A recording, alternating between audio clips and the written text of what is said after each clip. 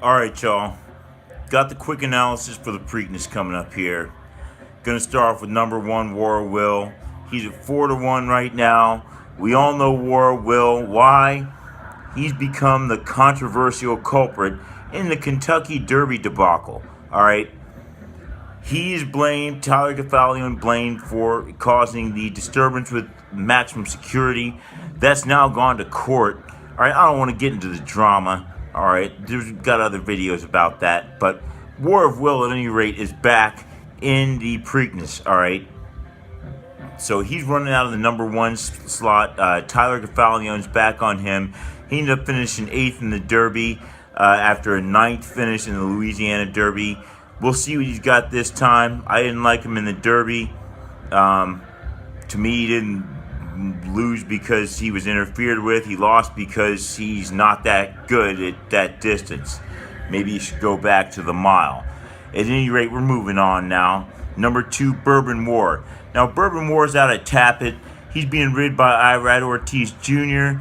Irad Ortiz Jr. has ridden this horse several times before. Been pretty successful. He was 2nd in the Fountain of Youth, 4th in the Florida Derby. So he had some decent performances. Wasn't able to get the wins. Of course, in the Florida Derby, he was beaten by Maximum Security. Beaten by Code of Honor in the Fountain of Youth. So he's not having to face those two horses now. Irad Ortiz Jr. likes this horse. He's had his choice of different mounts, but this is his horse. He's going with him. Number 3, we got Warrior's Charge. All right, Warrior's Charge now has been switched over to Javier Castellano. His trainer, Brad Cox, has switched him to Javier Castellano. Florence Giroux rode him last time out, got a win. His ride before that was Jose Ortiz rode him for a win when he broke his maiden. So he's coming off a couple of wins. Decent. We don't really know how fast this horse really can go when he's really put to the test. So Warrior's Charge is one you definitely got to look out for. Number 4, we got Improbable. Improbable out of City Zip. His mother's father's AP Indy. Got some good breeding. I like this horse coming into this race. I'm in just off rip. Now, I knew he was going to be out there. He was decent. I didn't think he was better than Maximum Security or Cutting Humor, but neither of those horses are in this race now. So Improbable, I already like him coming out of the gate. You know, he's, I think, the favorite right now. I think about 5-2. He's got Mike Smith riding him, so that only makes it even better. I mean, Bob Baffert's training him, so you know he's going to be the money line favorite. He's got the breeding, he's got the jockey, he's got the trainer. So Improbable's one you got to watch. Now, he ended up running 5th in the Kentucky Derby. 5th in the Kentucky Derby after 2nd in the Arkansas Derby behind Omaha Beach. 5th in that Kentucky Derby in that tough race there. But Improbable's back. Got Mike Smith aboard. So I think that's going to be something you got to watch out for. Now, one thing, Mike Smith's first ride aboard Cutting Humor was in the Derby, and he didn't do what needed to be done. He didn't take him out front. Maybe he didn't feel comfortable doing it. The horse didn't feel comfortable. But just because he switched to Mike Smith doesn't mean he's automatically going to win. So you got to keep an eye on that, too. Mike Smith's never ridden him before, hasn't had a chance to get comfortable with this horse. So next, we got the 5, Owendale. Now, Owendale's coming off a win in the Lexington Stakes.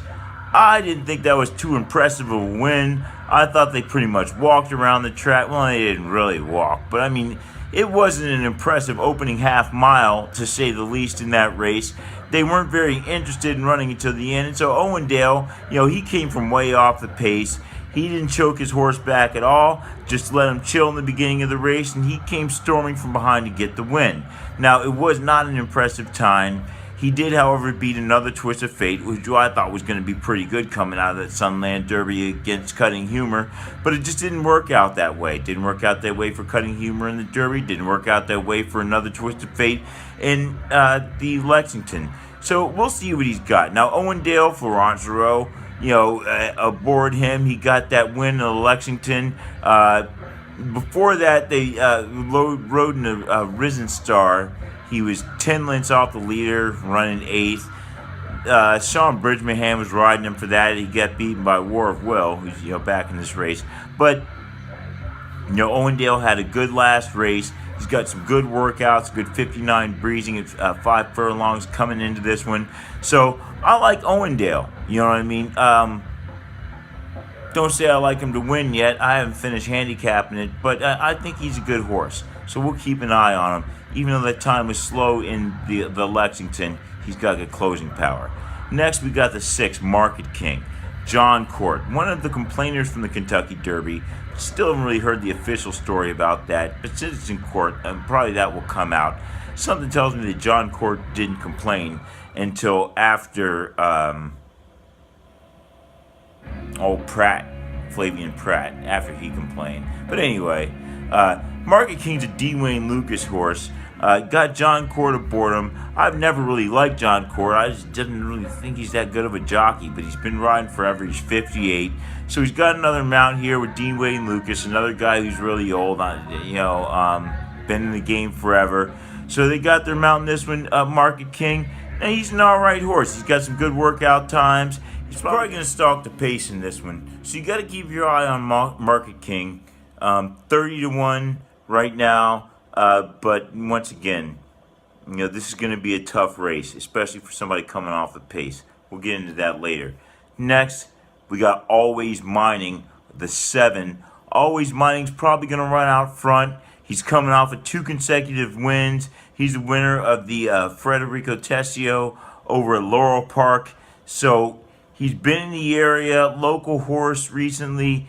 Got 2 consecutive wins, a 6-length win, and then 11th win in his last race. So he's big. I mean, you got to respect this horse. I respect this horse. He's got this Centeno riding him. I don't know too much about that jockey. I'll do a little bit more research on him. But he's got a 23% win percentage coming into this season. And so he's successful aboard this horse. So you gotta keep him in mind. Always Mining. He's looking pretty strong right now. You always know when a horse is coming off of consecutive big wins, you're not really sure how strong they really are going to be because they haven't really been tested yet. So you want to keep an eye on Always Mining. Next, the 8, Signal Man. Signal Man at 30-1. He's being ridden by Brian Hernandez, trained by Kenneth McPeak. Third in the Bluegrass Last Out. 7th in the Fountain of Youth. I don't really expect too much from this horse. He's got some decent workouts, though, coming into this race. 47-second breezing and a 59-second breezing at the 5 furlong. So he's working out well. Signal Man, I've thought he's a decent horse, but I personally just think that he's really better bred and better meant to run in shorter races. But hey, he's still young, 3-year-old. Maybe Signal Man can get out there and do something in this one, especially with those good, consistent workout times. Maybe he's just now coming into form. I mean, you got to remember that. Some of these horses don't come into form right up coming into the Derby. They're maybe not fully grown, and maybe he's coming into form right now, but he does show a little promise. Number 9, Bodie Express. Now, Bodie Express, the extreme long shot from the Kentucky Derby, didn't think he should have been the long shot that big. In my opinion, I had a little something on him. He didn't come through, but he's out of Bodie Meister by Empire Makers. Strong breeding, City Zip on the other side, so he's got some speed. He's probably going to stalk this pace, but the most important thing with Bodie Express is that they've switched the jockey on him to Johnny Velasquez. So you got Velasquez on him now. That's definitely going to make a difference with the way he's going to be ridden, in my opinion, because he was ridden before that by Chris Landeros in the Derby, in the Kentucky Derby, and by Nick Juarez, who ran second in the Florida Derby on Bodie Express, behind, of course, Maximum Security, the Derby winner, Kentucky Derby winner. So, Bodie Express being upgraded now to Johnny Velasquez is going to be something you're going to want to watch for. Now, he's at 20-1. It's definitely not going to stick. There's no way the big-time New York bettors are going to let Johnny V go off at a 20-1. So, it's going to come down from there. We'll see how far it goes down, but Johnny V provides you good value because he's liable to run second or third if he doesn't get the win, so you want to keep your eye on Bodie Express. To number 10, Everfast. Everfast is being ridden by Joel Rosario. He's at 50-1 right now. He's still going to go off pretty long, but you want to keep an eye on a horse that's ridden by Rosario with long odds. That's sired by Take Charge Indy out of AP Indy. His mother's father is awesome again, so great breeding on the horse. He just hasn't done much his last 2 races out, but you want to keep an eye on him in this race with Rosario being aboard. Next, the 11, Laughing Fox. Laughing Fox out of Union Rags. Mother's father, Stormy Atlantic. So some decent breeding on this one. RJ Santana's the jockey, and didn't work out too well. He has won aboard the horse before. They switched the jockey for his last horse for his last race, which he did win.